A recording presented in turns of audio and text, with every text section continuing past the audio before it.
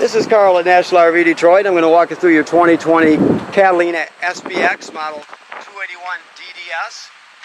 Okay, I'm on the outside of the trailer, obviously, off the door side, and I'm moving towards the rear. All right, so you have regular scissor type stabilizer jacks. You operate it with the crank that comes with it, or you can use a 3/4 inch socket on a drill.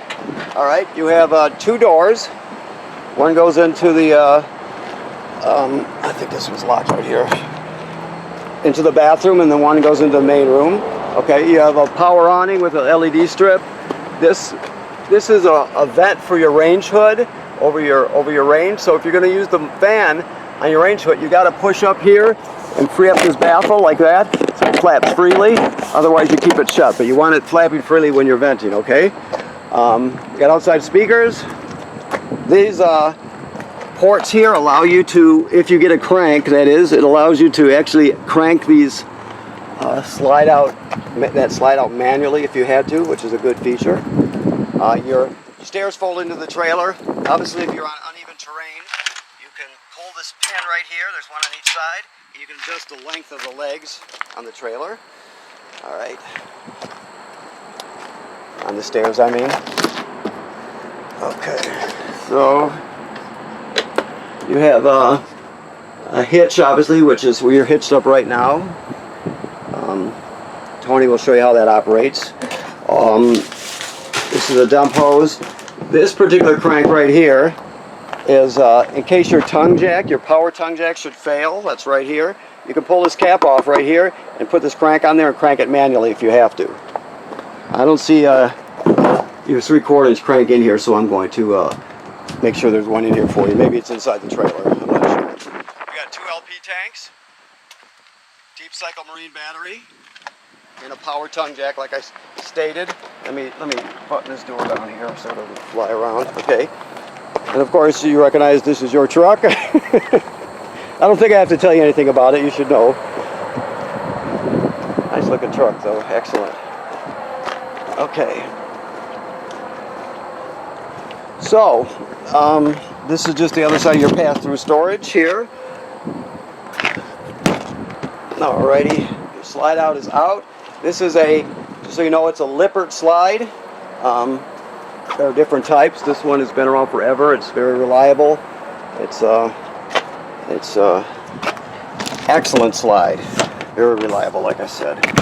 Okay, so let me look here, see what we got here. Excuse my camera work. I'm doing all this at once here. So this is just more storage. You can see some plumbing in there. This is where your dump hose hooks up. So it would go right on here.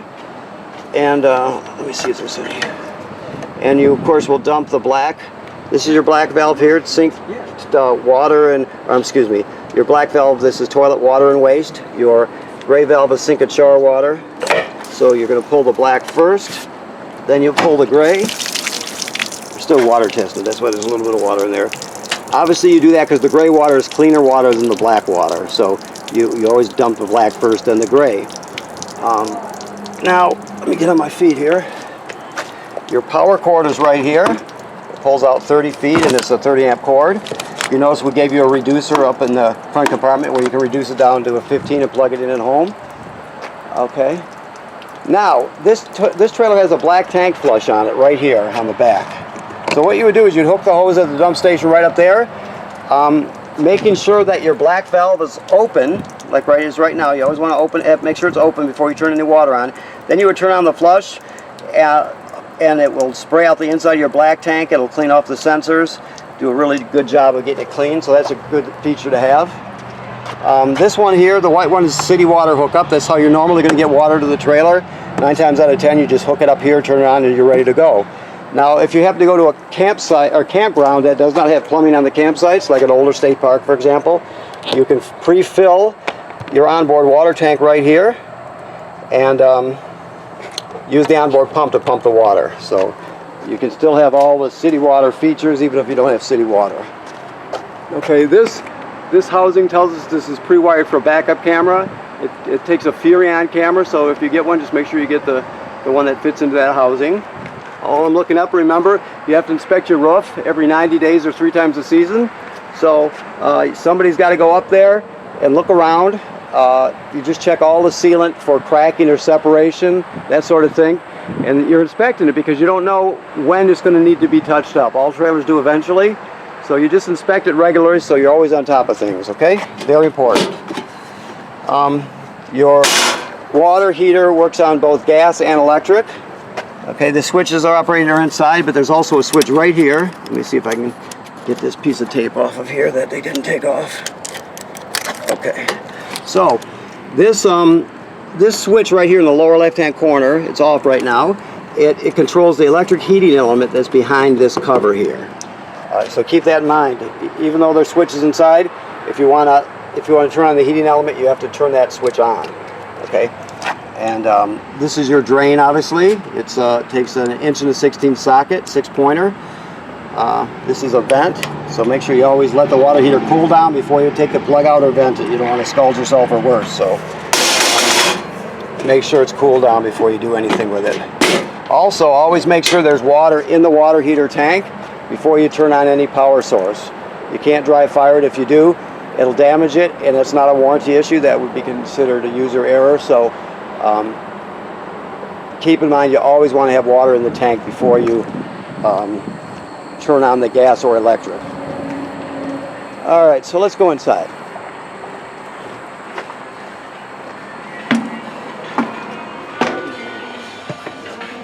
Okay, so to light your water heater on gas, which I told you could do inside, you light it right there. I told you the electric switch was outside.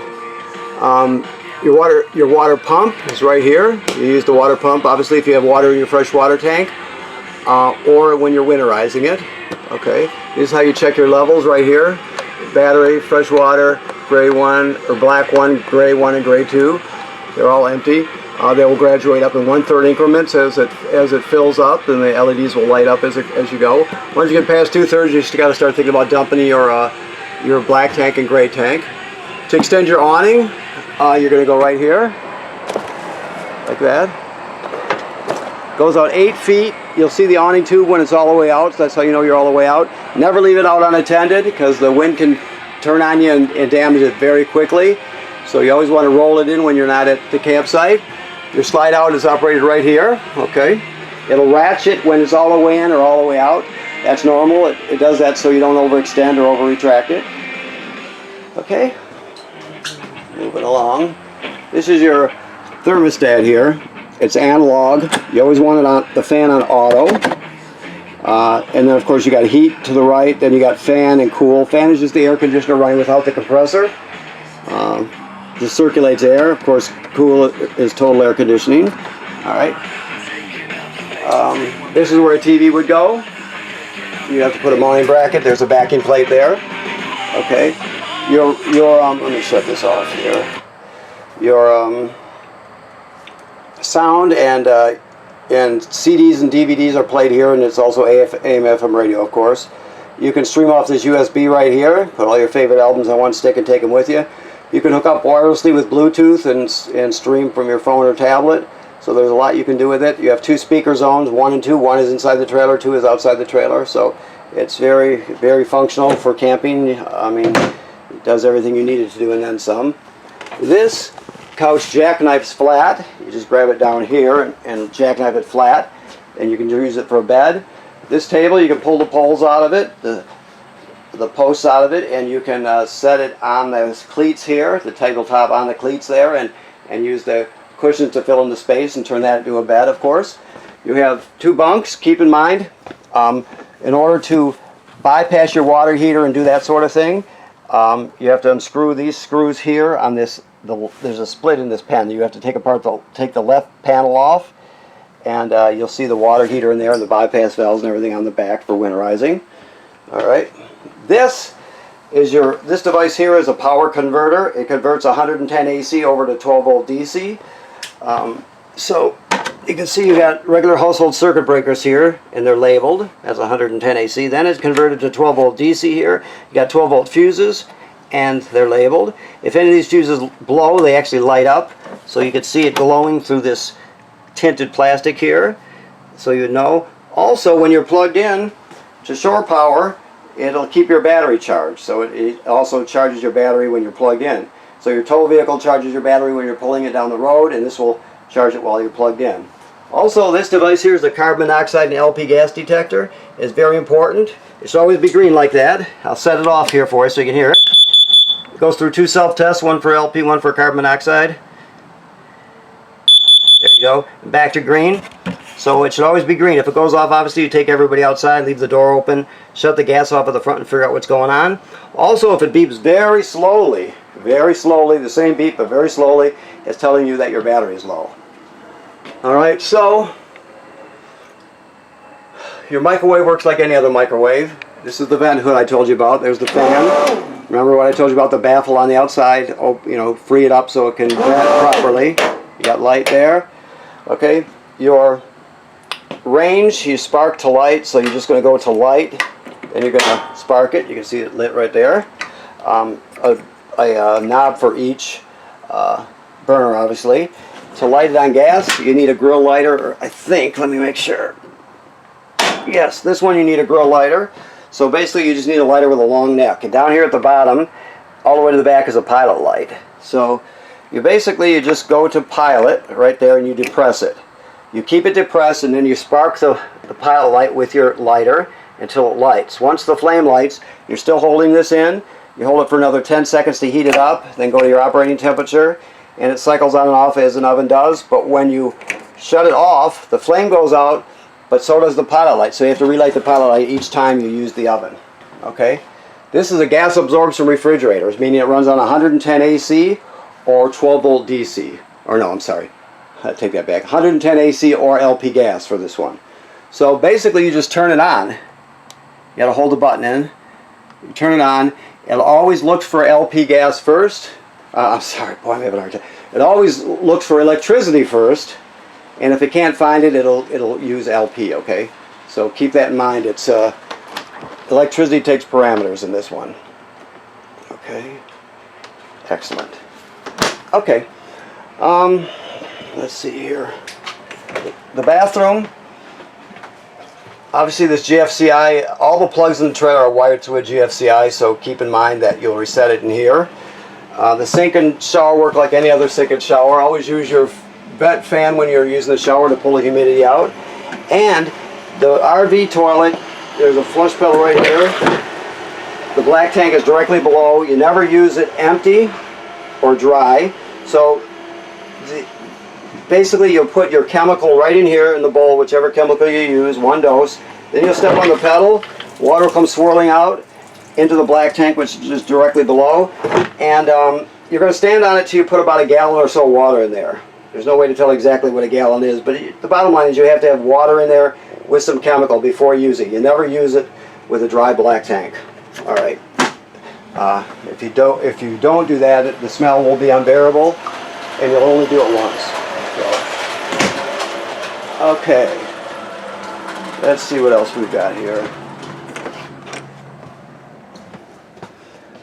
So your bedroom is pretty. Let's see here. Your bedroom is just typical bedroom. It has hookups for a TV. You got the emergency escape window here, and there's storage underneath the foot locker type storage underneath here. Let's see if your crank is in here. No, so I got it. Oh yeah, there it is right there. So you do have a crank. It's right there. Okay, that's good. Okay. All right, well, thank you for purchasing your trailer here at National RV Detroit. Remember what I told you about inspecting the roof. That's very important. And of course you have to winterize it correctly in the fall. Other than that, just enjoy it and use it as much as you possibly can. And adventure as much as you can. So thank you.